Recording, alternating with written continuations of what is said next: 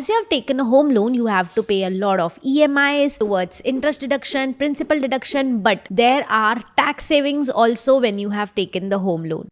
The basic tax savings which we have already understood in the previous videos are the interest deduction which you can claim under section 24B come from house property, which is in SOP, which is maximum up to 2 lakhs, and in case of let out property there is no limit, and the principal component which you can claim under section 80C after gross total income, which is for all the items together the total cap is up to 1,50,000 with a condition that you can't sell this house property for a period of 5 years. But there are more benefits also of the housing loan.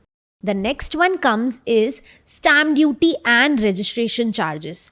Now, whatever stamp duty, registration charges and other expenses you pay at the time of property transfer, all these are allowed same under section 80C where there is a maximum cap of 1.5 lakh. The only thing is it can be claimed only in the year in which these charges are incurred.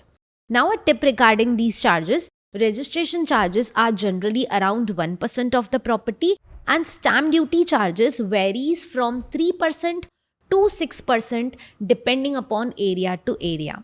So the trick here is, let's say in Mumbai, if the stamp duty charges are 5% of the property value in case of men, then it will be 4% of the property value in case of women. So it is always beneficial to buy the property in the name of female rather than male.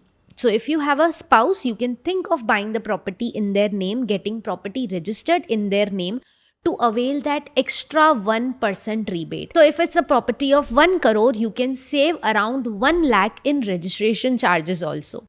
And you can claim its deduction also under section 80C. Government wants to promote affordable housing and facilitate home ownership for the first time buyers. So they introduced 80EEA. Now what is this section about? Now generally when we take home loan, interest repayment part is too high.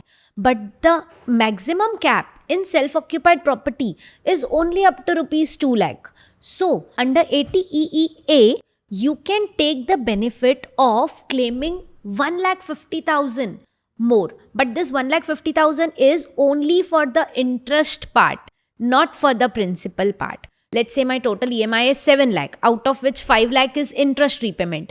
Now out of this interest, 2 lakh I will take under section 24B, which is my self-occupied property, and remaining 3 lakhs would have gone waste. But because of 80EEA, 1,50,000 would be utilized and only 1,50,000 will go waste. But wait, there are certain conditions which you have to fulfill if you want to take the benefit under this section. First, the property should be in terms of area in square feet. Depending upon in which city you are, it should be lesser than the specified limits. Second, the stamp duty value of the property should be less than 45 lakhs rupees.